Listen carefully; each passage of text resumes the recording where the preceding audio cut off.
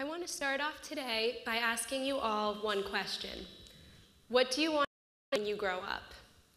That's a question that I've been asked over and over throughout my life since childhood. But it's a question that I didn't begin to question the meaning of until I began working the summer after my freshman year of high school. Naturally, I had always answered the question of what I wanted to be when I grew up with an attorney, because I saw that as a way to give a voice to people who I felt were underrepresented. So the summer after my freshman year, I began looking for work at a law firm, but I kept hearing no, either because I didn't have a law degree, or because I didn't have a college degree, or because I was simply too young. But eventually, I came into contact with a woman who gave me some advice. She told me that while she couldn't hire me because I was just too young, she had a friend who worked for Legal Aid of Broward County. Legal Aid is a nonprofit law firm that seeks to give free legal counsel to people who would otherwise be unable to afford it, and they were in great need of volunteers. So she gave me the contact information for her friend, and 3 weeks later, I was preparing for my first day at Legal Aid.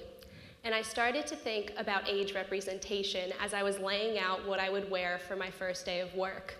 As I was looking at the suit I would wear, I started to think about how young I might be compared to everyone else in the office. Because that suit I would be wearing for my first day was a suit that I had gotten from the kids section of Kohl's. And I figured everybody else working there probably was not shopping in the kids section. And on my first day, I was proved correct. People kept asking me where I went to school, I think because they were trying to figure out how young I really was.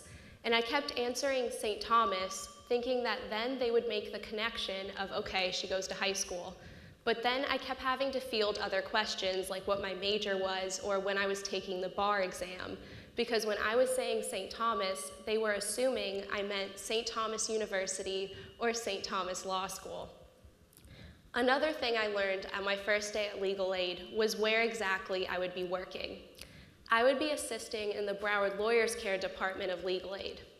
Broward Lawyers Care houses Legal Aid's telephone advice hotline, so potential clients call when they can't afford an attorney for a legal crisis. They leave a message, and that message is then returned by a volunteer. That volunteer then asks questions, performs an intake interview, and basically creates an entire case file that is then given to a pro bono attorney who calls that client back and advises them on how to best solve their issue independently on their own, and they give that advice for free. But I definitely wouldn't be starting working on the hotline because that had only been done by college and law school interns. Instead, I would be doing paperwork and timekeeping. But my desk was right next to the hotline, so I was always listening to the way those college and law school interns answered the calls and asked questions.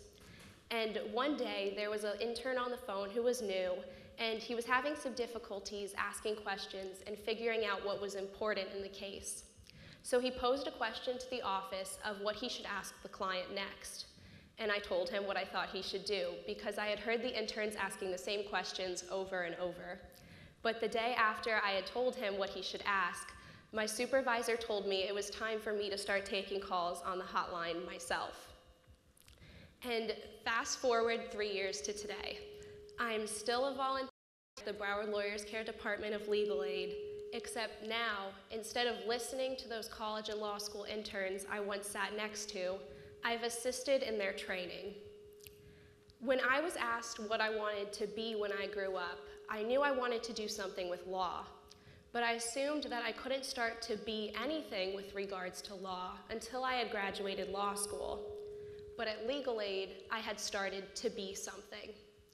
But in order to really understand how I started viewing this question, we need to rewind back 3 years to when I was starting at Legal Aid, because at that time, I was also realizing something about my community. I'm from Hollywood, Florida, and in Hollywood, we have a paper called the Hollywood Gazette, which is a free community newspaper that's distributed throughout the city. And I'm very proud of my city, and I'm very interested in what's going on, so I was always reading the paper. But I started to realize that I felt my voice wasn't present in the paper. They weren't writing about teens, they weren't appealing to teens. So I wrote to the publisher asking her if I could write an article about something that pertained to teens in Hollywood. She was actually very enthusiastic and she agreed with the idea. So what started as one single article became a series of articles written by myself, the Teen Correspondent. But what I was doing actually isn't that uncommon for our age group. According to the American Press Institute, there's something unique about the way teens view the news. When people in the teen age group see a problem in their community, say a problem they've read in a community newspaper, they're the most likely to go to multiple news sources to try to learn about the root of the problem. It seems that teens' love for drama pertains to the way that they view the news. When we see a problem, we tend to go to the most news sources because we want to see what's causing the problem. We want to know everything about it. We would call this digging deeper. And that's exactly what I decided to do when I noticed a bridge between the work I was doing at Legal Aid and the work I was doing at the Hollywood Gazette. At Legal Aid, on the telephone advice hotline, I realized we kept getting calls about people experiencing homelessness trying to apply for Section 8 housing. But a lot of those people were from my city of Hollywood. So I asked the publisher of the Hollywood Gazette if I could write a series of informative articles about the issue of homelessness and everything that I was learning about it because I wanted to share that information with my community. She actually agreed, and I sought out to talk to everyone in my community I could who was affected by the problem or knew something about it or was trying to help people. So I spoke with a social worker who worked for the Hollywood Police Department. I spoke with the supervisor of the Broward Outreach Center, one of the largest homeless shelters in my area, who had once been homeless himself. And I spoke to the Broward Outreach Center's alumni group, people who had been homeless for years to months, but were now out of the cycle and would meet together to encourage each other and to become an advocate for people still in the cycle. And when I was speaking with these people, I was learning so much about the problem. But there was something I wanted to do. I wanted to do something more.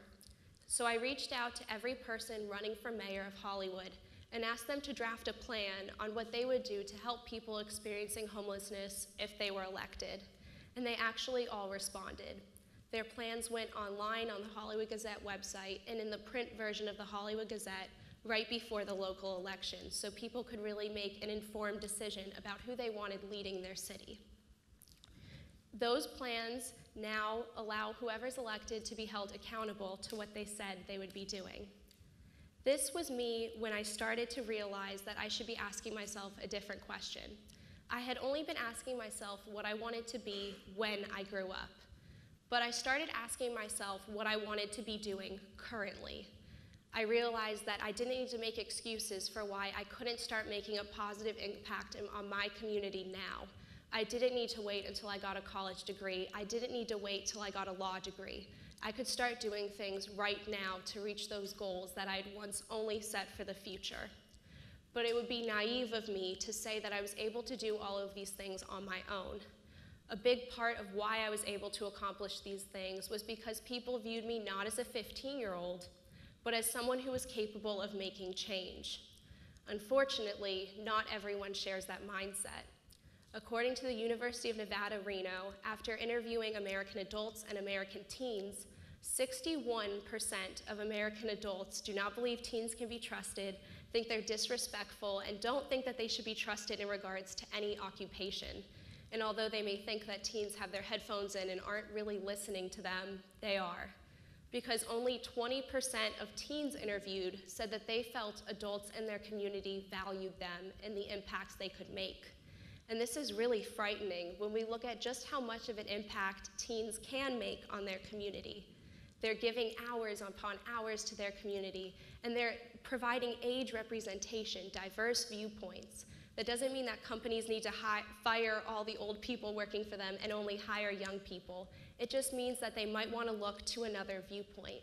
Because teens who are working are learning responsibility. They're learning to be held accountable for their own actions. And teens volunteering in their community are more likely to graduate from high school, and they're more likely to continue to help their community as time goes on.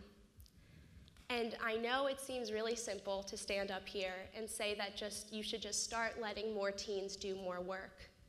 But it actually is just that simple. And it goes all the way back to a single question. the question that I began by asking all of you today: what do you want to be when you grow up? When you ask someone what they want to be when they grow up, you're insinuating that they can't be anything until they've grown up. They can't make an impact on their community till they have a college degree or a graduate degree or they have a serious career. But that's simply not true. But that question is having an impact on teens. According to the U.S. Department of Education Center for National Education Statistics, there was a study conducted on teens who were asked to volunteer and teens who were never asked to volunteer. Of the teens who were asked to volunteer, 93% did. Of teens who were never asked to volunteer, only 24% did. This makes everything seem really simple. It all comes down to asking a question. So in conclusion, we need to stop asking people, especially young people, what they want to be when they grow up, and start asking them what they want to be now, what they want to be as they grow up. Thank you.